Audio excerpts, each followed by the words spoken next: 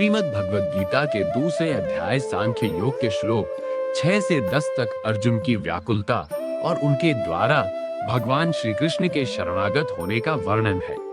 श्लोक 6 न चैद विद्मः कतरन्नो गरियो यद्वा जैम यदीवा नो जययुः यानेव हत्वा न जिजीविषांस्ते वस्थिताः प्रमुखे धार्तराष्ट्राः। हिंदी अनुवाद। हम यह भी नहीं जानते कि हमारे लिए युद्ध करना श्रेष्ठ है या न करना। हम यह भी नहीं जानते कि हम उन्हें जीतेंगे या वे हमें जीतेंगे। धृतराष्ट्र के पुत्र जिन्हें मारकर हम जीवित रहना भी नहीं चाहते, वही युद्ध के लिए हमारे सामने खड़े हैं। व्याख्या। अर्जुन इस भ्रम में है कि क्या युद्ध करना उनके लिए कल्याणकारी है या युद्ध से पीछे हट जाना। उन्हें जीत या हार दोनों ही स्थितियों में दुख दिखाई दे रहा है। श्लोक 7 संस्कृत। कार्पण्य दोषोपहत स्वभावः पृच्छामि त्वां धर्म सम्मूढ़ चेताः यच्छ्रेयः स्यान्निश्चितं ब्रूहि तन्मे शिष्यस्तेऽहं शाधि मां त्वां प्रपन्नम। कायरता रूपी दोष से मेरा स्वभाव ग्रस्त हो गया है और मेरा मन धर्म के विषय में भ्रमित है। मैं आपसे पूछता हूं कि मेरे लिए जो निश्चित रूप से कल्याणकारी हो वह मुझे कहे। मैं आपका शिष्य हूं और आपकी शरण में हूं, कृपया मुझे उपदेश दें। व्याख्या। यह गीता का एक महत्वपूर्ण मोड़ है जहां अर्जुन स्वयं को श्री कृष्ण का शिष्य स्वीकार करते हैं और पूर्ण रूप से समर्पित होकर मार्गदर्शन मांगते हैं। श्लोक 8 संस्कृत। न हि प्रपश्यामि ममापनुद्याद्य चोकमुच्छोषणमिन्द्रियाणाम् अवाप्य भूमावस्पत्नम वृद्धम राज्यम सुराणामपि चाधिपत्यमेत। मुझे ऐसा कोई उपाय नहीं सूझ रहा है जो मेरी इंद्रियों को सुखाने वाले इस शोक को दूर कर सके। भले ही मुझे पृथ्वी पर निष्कंटक धन धान्य संपन्न राज्य मिल जाए या देवताओं का स्वामित्व इंद्रपद ही क्यों न प्राप्त हो जाए, फिर भी मेरा ये शोक दूर नहीं होगा। व्याख्या। अर्जुन स्वीकार करते हैं कि भौतिक सुख और सांसारिक ऐश्वर्य उनके मानसिक संताप और आंतरिक पीड़ा का समाधान नहीं कर सकते। श्लोक 9 इव मुक्त्वा ऋषिकेशम गुडाकेशः परन्तप न योत्स्य इति गोविंद मुक्त्वा तूष्णी बभूव। संजय बोले, हे शत्रुओं को ताप देने वाले राजा धृतराष्ट्र, निद्रा को जीतने वाले अर्जुन ने इंद्रियों के स्वामी श्री कृष्ण से मैं युद्ध नहीं करूंगा ऐसा कहकर चुप हो गए। व्याख्या। अपनी दुविधा और दुख व्यक्त करने के बाद अर्जुन ने स्पष्ट कर दिया कि वे युद्ध करने की मानसिक स्थिति में नहीं है और मौन धारण कर लिया। श्लोक 10 तमुवाच ऋषिकेशः प्रहसन्य भारत सैन्योरुभयोर मध्ये विषीदन्तमिदं वचहत। हे भरतवंशी धृतराष्ट्र, उसके बाद दोनों सेनाओं के मध्य में शोक करते हुए उस अर्जुन से भगवान श्री कृष्ण हंसते हुए से यह वचन बोले। व्याख्या।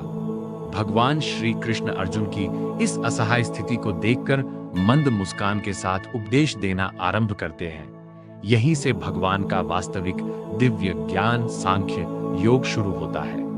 अध्याय 2 के श्लोक 6 से 10 में अर्जुन ने युद्ध को लेकर अपने गहरे भ्रम और मानसिक संकट को व्यक्त किया है, जिसके बाद उन्होंने श्री कृष्ण को गुरु मानकर उनसे मार्गदर्शन के लिए आत्मसमर्पण किया। इन श्लोकों में कायरता के कारण रास्ता भटकने का स्वीकार करते हुए वे युद्ध न करने का निर्णय लेते हैं और श्री कृष्ण मुस्कुराते हुए उन्हें दिव्य उपदेश देना शुरू करते हैं।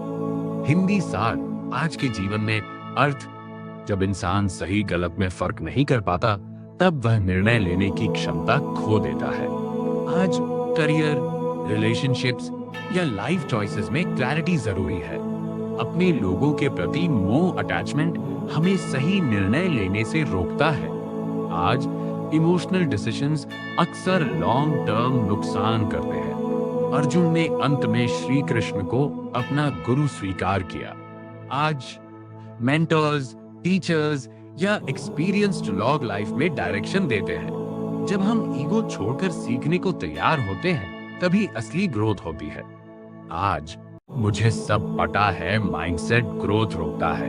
Here is the brief summary of shlokas 6 to 10 from chapter 2 of the Bhagavad Gita. Shloka 6. Arjuna is confused about whether winning the war or losing it is better. He sees no point in living if he has to kill his own relatives, the sons of Dhritarashtra, who are standing before him. Shloka 7. Overwhelmed by anxiety and confusion regarding his duty dharma, Arjuna humbles himself. He tells Krishna, I am your disciple. Please instruct me and tell me clearly what is best for me.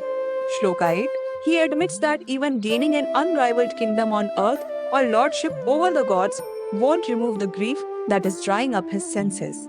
Shloka 9. After speaking his mind, Arjuna tells Krishna, I shall not fight, and falls silent. Shloka 10. Standing between the two armies, Lord Krishna begins to smile. He starts his divine discourse to pull Arjuna out of his state of sorrow and ignorance. Key takeaway: this is the moment Arjuna stops arguing and starts listening, shifting the relationship from friends to guru and disciple.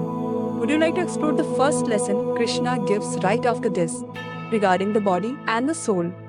English Essence Modern Context. Confusion destroys decision making. Emotional attachment clouds judgment. Overthinking leads to inaction.